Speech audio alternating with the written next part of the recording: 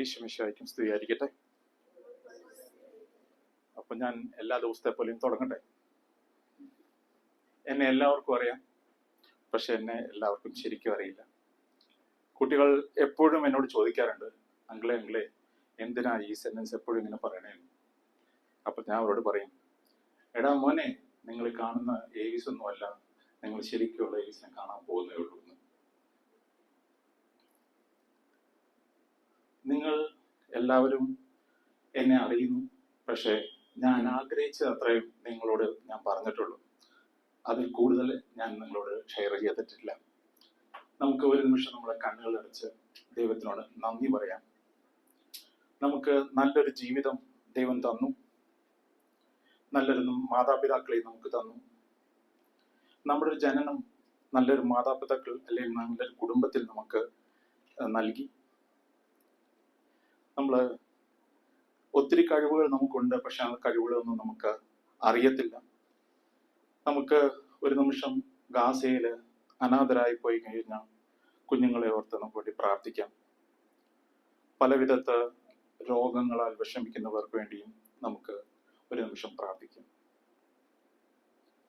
കർത്താവ് അവർക്കെല്ലാവർക്കും ആശ്വാസം കൊടുക്കട്ടെ.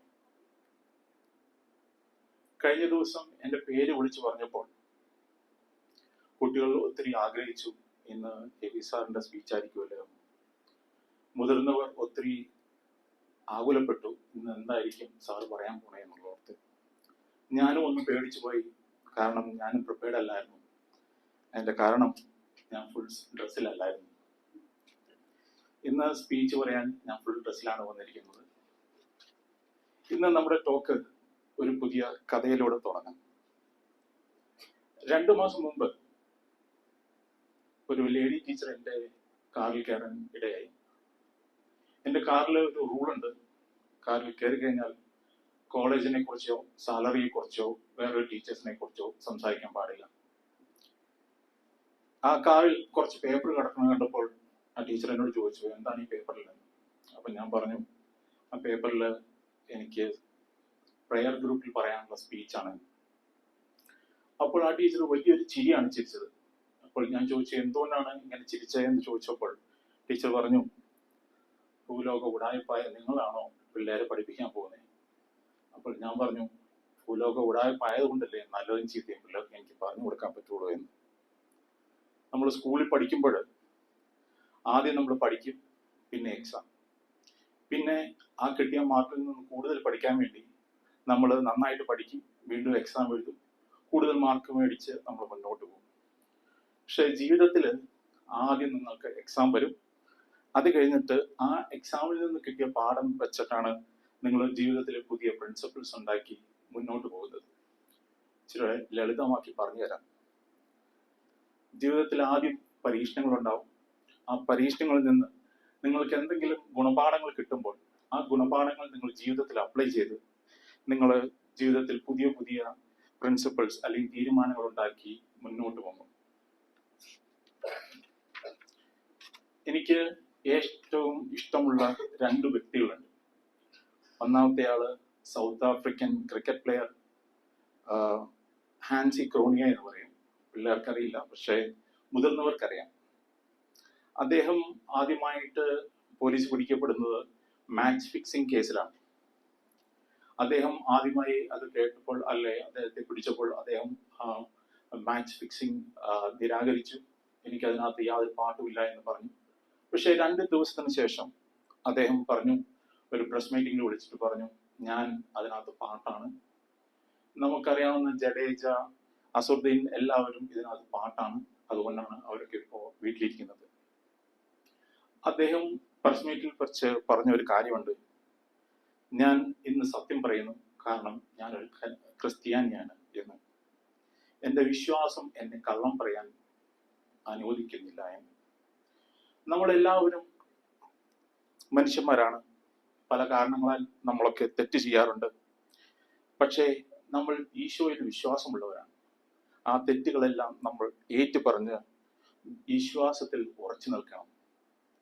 പക്ഷേ ഹാൻസി ക്രോണിയ ഒരു ഹെലികോപ്റ്റർ അപകടത്തിൽ മരണപ്പെട്ടു. എനിക്ക് രണ്ടാമതായി വളരെ ഇഷ്ടമുള്ള ഒരാളെ എന്ന് വെച്ചാൽ ബിൽ ക്ലിന്റൺ, പഴയ അമേരിക്കൻ പ്രസിഡന്റ്. അദ്ദേഹം മോണിക്ക ലെവിൻസ്കിയുമായിട്ടുള്ള റിലേഷൻഷിപ്പിനെ കുറിച്ചുള്ള പുറത്തു വന്നപ്പോൾ അദ്ദേഹം അത് തള്ളിപ്പറഞ്ഞു. അദ്ദേഹവും ഒരു 2 ദിവസത്തിന് ശേഷം ഇതേപോലെ സത്യം ലോകത്തോട് വിളിച്ചു പറഞ്ഞു. അതുകൊണ്ട് ലോകത്തിന് മുമ്പിൽ അദ്ദേഹത്തിനുള്ള ഒരു സ്ഥാനം നഷ്ടപ്പെട്ടു. പക്ഷേ ഞങ്ങളെ പോലുള്ള കുറച്ച് ആൾക്കാരുടെ ഉള്ളിൽ അദ്ദേഹത്തിന് നല്ലൊരു സ്ഥാനവും കിട്ടി. തെറ്റ് ചെയ്യുക അത് മനുഷ്യ സഹജമാണ്. തെറ്റ് ഏറ്റു പറയുക, ആ തെറ്റ് ഏറ്റു പറഞ്ഞ് നമ്മൾ മുന്നോട്ട് പോകണം. ആദ്യം അന്ത്യ വിരുന്ന് കഴിഞ്ഞ് യേശുവിനെ പടയാളികൾ പിടിച്ചുകൊണ്ട് പോയപ്പോൾ യേശുവയുടെ വലം കൈയായിരുന്ന പത്രോസ് ഈശോയെ അറിയില്ല എന്ന് പറഞ്ഞ് 3 പ്രാവശ്യം തള്ളി പറഞ്ഞു. പക്ഷേ കോഴി കൂവി കഴിഞ്ഞപ്പോൾ മാത്രമാണ് വിശുദ്ധ പത്രോസിന് അത് മനസ്സിലായത്, ഈശോ ഓൾറെഡി ഇത് പറഞ്ഞിരുന്നു എന്ന്. വിശുദ്ധ പത്രോസിന് വരെ ഈ പ്രാവശ്യവും തെറ്റുപറ്റിയിരിക്കുന്നു. പക്ഷേ അദ്ദേഹം അത് വീണ്ടും തിരുത്തി. വിശുദ്ധ മത്തായിയുടെ സുവിശേഷം 26-ാമത്തെ അധ്യായം 36 മുതൽ 46 വരെയുള്ള വചനത്തിൽ ഈശോ ഗെത്സമൻസ് മലയിൽ പോയിരുന്ന് മുട്ടുകുത്തി തല താഴ്ത്തിയിരുന്ന് പ്രാർത്ഥിക്കുന്നുണ്ട്. എന്താണ് പ്രാർത്ഥിച്ചതെന്ന് പറയുന്നവർക്ക് 10 മാർക്ക് എന്നാണ്. ക്ഷമിക്കണം, ഞാൻ ചില സമയത്ത് ക്ലാസ് റൂമിലേക്ക് പോയി ഇവിടെ മാർക്ക് കൊടുത്തിട്ട് യാതൊരു കാര്യമില്ലല്ലോ. പിതാവേ, കഴിയുമെങ്കിൽ ഈ പാനപാത്രം എന്നിൽ നിന്ന് അകറ്റിക്കളയണമേ എന്നും, എന്നാൽ എൻ്റെ ഇഷ്ടമല്ല കർത്താവിൻ്റെ ഇഷ്ടം നിറവേറണമേ എന്ന്.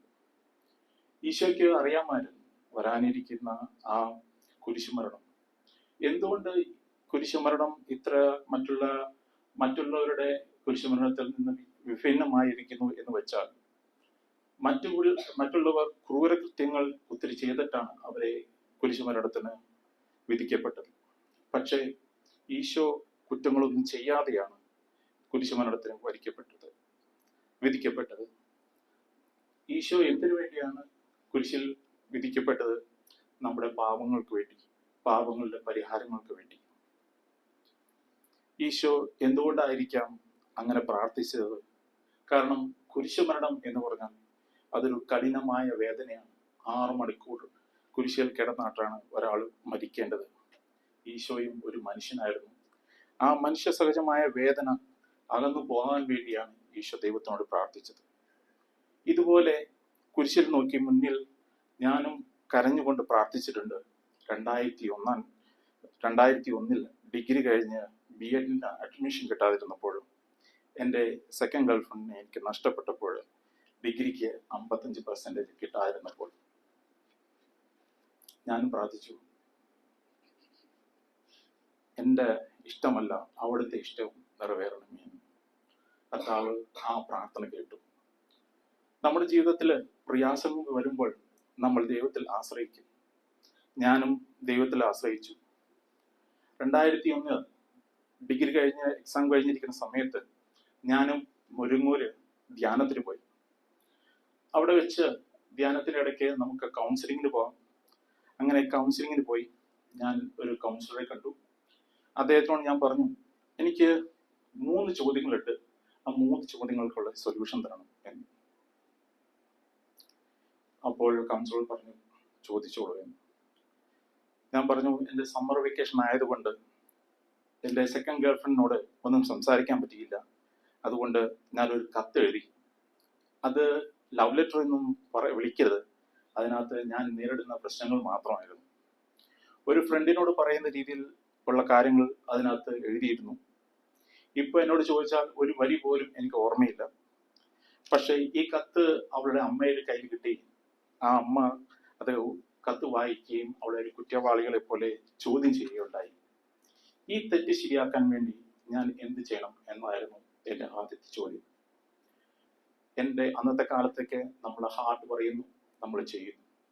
ആ കൗൺസിലർ എന്നോട് പറഞ്ഞു, ആ റിലേഷൻഷിപ്പ് സ്റ്റോപ്പ് ചെയ്യുക. അപ്പോൾ ഞാൻ പറഞ്ഞു, ഡൺ. സെക്കൻഡ് പ്രോബ്ലം എന്താണെന്ന് അദ്ദേഹം എന്നോട് ചോദിച്ചു. അപ്പോൾ ഞാൻ പറഞ്ഞു, എൻ്റെ ഫാദർ എല്ലാ വർഷവും 1 മാസത്തേക്ക് നാട്ടിൽ വന്നു പോകും. എനിക്ക് അദ്ദേഹത്തിനോടൊരു നല്ല ഒരു അറ്റാച്ച്മെന്റ് തോന്നിയിരുന്നില്ല. ഞാൻ ഇനി എന്ത് ചെയ്യണം? അദ്ദേഹം പറഞ്ഞു, നീ നിന്റെ അച്ഛൻ്റെ ഒരു നല്ല ഡീറ്റെയിൽഡ് ആയിട്ടുള്ള ഒരു ലെറ്റർ എഴുതുക. ഞാൻ പറഞ്ഞു ഡൺ. അദ്ദേഹം എന്നോട് മൂന്നാമത്തെ ചോദ്യം എന്താണെന്ന് ചോദിച്ചു. ഞാൻ പറഞ്ഞു ഞാൻ എക്സാമിന് നന്നായി പഠിച്ച് ഭാവിയിൽ ഒരു ജീവിതത്തിൽ നല്ല സക്സസ് ആകാൻ വേണ്ടി അല്ലെങ്കിൽ നല്ല ജോലി മേടിക്കാൻ വേണ്ടി ഞാൻ എന്ത് ചെയ്യണമെന്ന്. അപ്പോൾ അദ്ദേഹം പറഞ്ഞു നീ ഇപ്പോൾ പഠിച്ചതിൻ്റെ ഇരട്ടി നന്നായി പഠിക്കുക. അപ്പോൾ ഞാൻ പറഞ്ഞു അതും ഡൺ.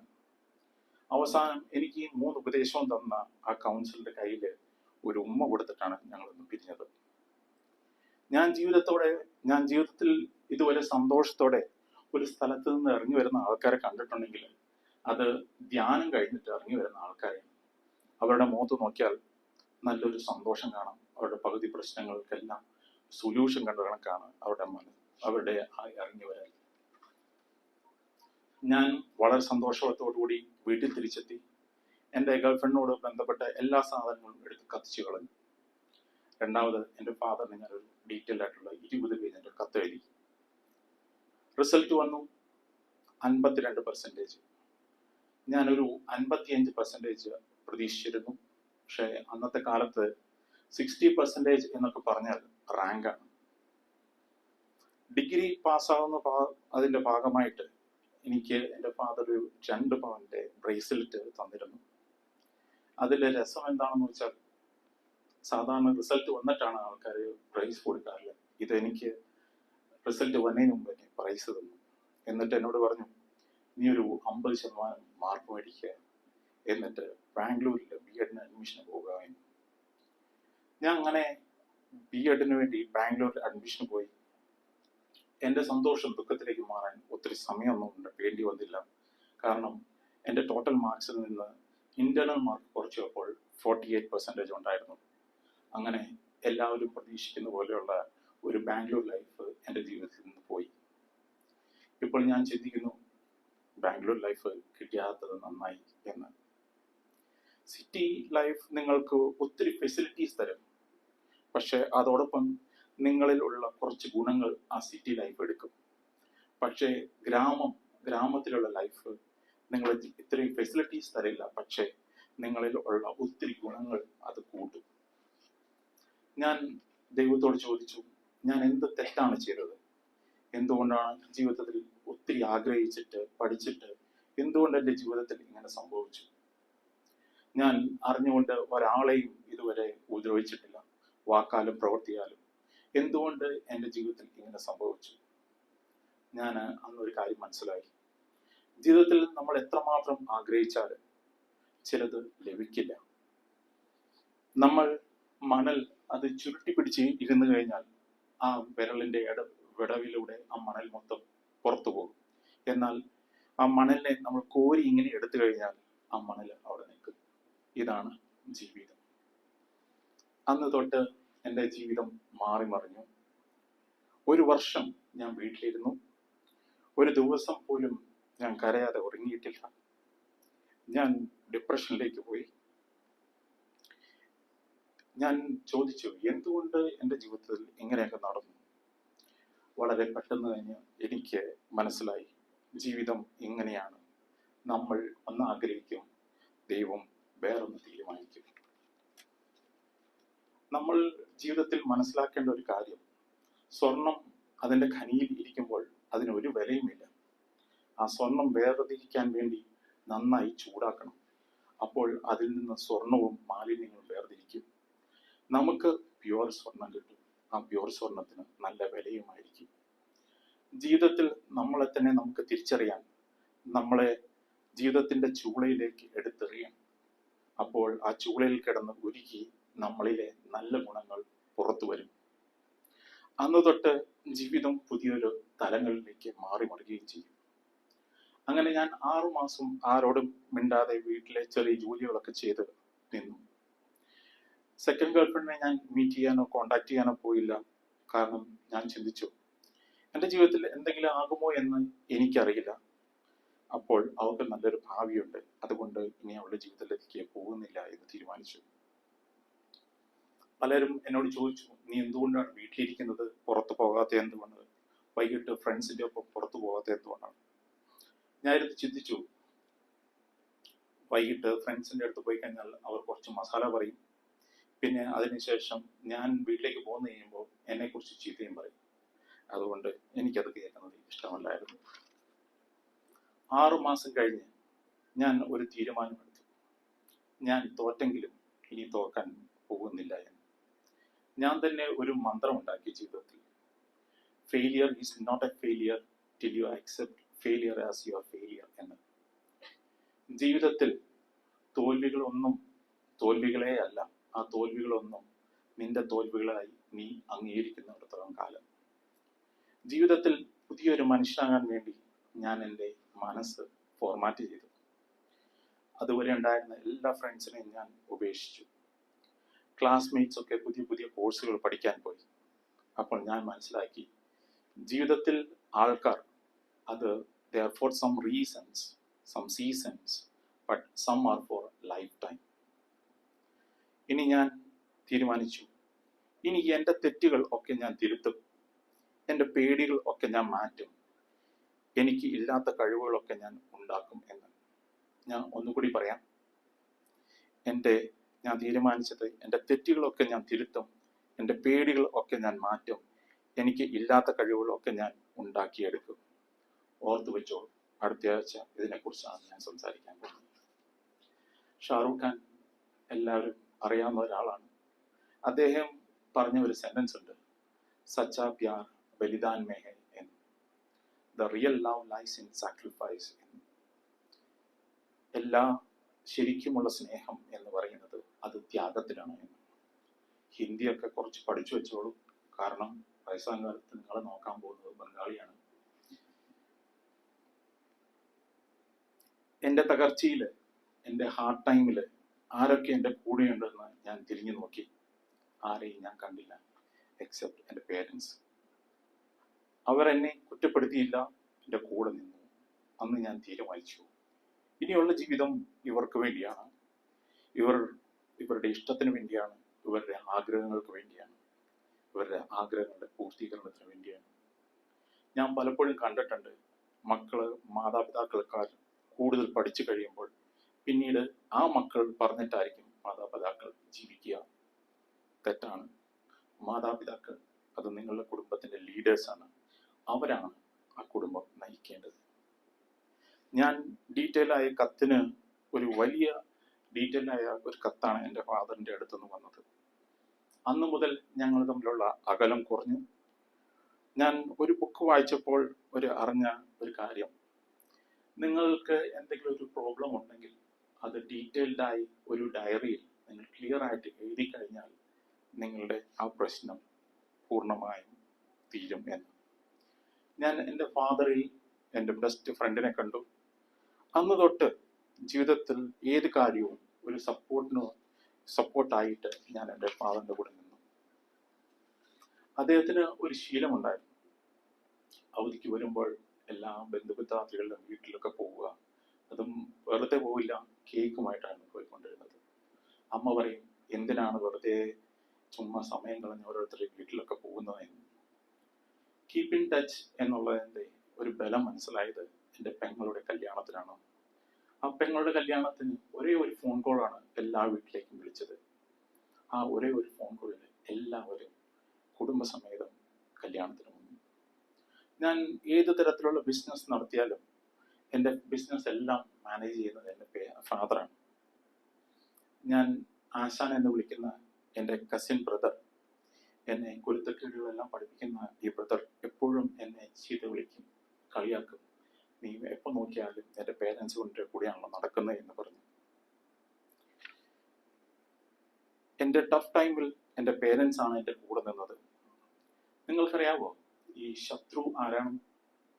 ശത്രു എന്ന് പറഞ്ഞാൽ ഇന്നത്തെ നിങ്ങളുടെ ഫ്രണ്ടാണ് നാളത്തെ നിങ്ങളെ ശത്രു. അല്ലാതെ വഴി പോകുന്ന ഒരാള് നിങ്ങളുടെ ശത്രു പോകാൻ യാതൊരു കാരണവുമില്ല. നിങ്ങൾ ഒരു തെറ്റ് ചെയ്താൽ നിങ്ങളുടെ ഫ്രണ്ട് അത് കണ്ടുപിടിക്കും, നിങ്ങൾ ചീത്ത പറയും, നിങ്ങൾ വഴക്ക് പറയും, വേണമെങ്കിൽ നിങ്ങളുമായിട്ടുള്ള ആ റിലേഷൻഷിപ്പ് വേണമെങ്കിൽ അവസാനിപ്പിക്കും. പക്ഷേ നിങ്ങളൊരു തെറ്റ് ചെയ്താൽ നിങ്ങളുടെ ആ തെറ്റ് നിങ്ങളുടെ പേരൻസ് പറഞ്ഞു തരും. എവിടെയാണ് നിങ്ങൾക്ക് തെറ്റ് പറ്റിയത് എന്ന് നിങ്ങൾ പറഞ്ഞു തരും. അതോടൊപ്പം നിങ്ങൾ ചെയ്ത ആ തെറ്റ് അവരെ ക്ഷമിക്കുക കൂടിയും ചെയ്യും. കാരണം അതാണ് പേരൻസ്. പക്ഷേ നിങ്ങളുടെ ഫ്രണ്ട് ഒരു എനിമിയായി തീർന്നാൽ നിങ്ങളെ നശിപ്പിക്കാൻ വേണ്ടിയുള്ള എല്ലാ മാർഗങ്ങളും അദ്ദേഹം അന്വേഷിച്ചു തുടങ്ങും. ഒരിക്കൽ ഞാൻ എൻ്റെ ഫാദറിനോട് ചോദിച്ചു, ഡാഡി, ഇഷ്ടമല്ലാത്ത ആൾക്കാരോടുമായിട്ട് ഡാഡി എന്തിനാണ് അങ്ങോട്ട് പോയി സംസാരിക്കാൻ പോകുന്നതെന്ന്. അപ്പോൾ ഡാഡി പറഞ്ഞു, അവർക്കല്ലേ എന്നോട് ശത്രുത, അല്ലാതെ എനിക്കല്ലല്ലോ എന്ന്. ഞാൻ എൻ്റെ ശത്രുക്കളെ എല്ലാം എൻ്റെ ഫാൻസ് ആക്കി മാറ്റിയിട്ട് ഈ ലോകത്ത് നിന്ന് പോവുകയുള്ളൂ. അതെ, നിങ്ങൾ നിങ്ങളുടെ ഫ്രണ്ട്സിനെ അല്ല കൂടുതൽ സ്നേഹിക്കേണ്ടത്, നിങ്ങൾ നിങ്ങളുടെ ശത്രുക്കളെ കൂടുതലായി സ്നേഹിക്കുക. ഇന്ന് ഞാൻ നാട്ടിൽ ചെല്ലുമ്പോൾ അവർ പറയുന്ന ഡ്രസ്സും അവർ പറയുന്ന കാര്യങ്ങളൊക്കെ അതേപോലെ ചെയ്യും. ആൾക്കാർ എന്നോട് പലപ്പോഴും പറഞ്ഞിട്ടുണ്ട്, you are lucky because you got him as your father എന്ന്. എൻ്റെ അവസാനത്തെ ആഗ്രഹം എൻ്റെ മക്കളും പറയണം, I am lucky that I got എവിസ് ആസ് മൈ ഫാദർ. നമ്മുടെ മക്കൾക്ക് നമുക്ക് കംഫോർട്ട് കൊടുക്കാം, പൈസ കൊടുക്കാം, പക്ഷേ അതല്ല അവർക്ക് കൊടുക്കേണ്ടത്, നല്ല ഓർമ്മകളാണ് കൊടുക്കേണ്ടത്. നമ്മൾ പോയി കഴിഞ്ഞ് നമ്മുടെ ജീവിതത്തിൽ കൊടുത്ത ആ ഓർമ്മകളായിരിക്കണം അവരുടെ ജീവിതത്തിൽ ഉണ്ടാകേണ്ടത്. അടുത്ത ആഴ്ച നമുക്ക് വീണ്ടും കാണാം. ഇതേ സമയം ഇതേ വേദിയിൽ പുതിയ കഥകളുമായി, പുതിയ ചിന്തകളുമായി, പുതിയ സ്റ്റോറീസുമായി. അതെ, എവിസിന്റെ കഥകളെല്ലാം ഒരു വല്ലാത്ത കഥയാണ്. അത് കേൾക്കാൻ കർത്താവ് അടുത്ത ആഴ്ച നിങ്ങൾക്ക് ഇടവരുത്തട്ടെ. യേശു മിശിഹായ്ക്ക് സ്തുതിയായിരിക്കട്ടെ.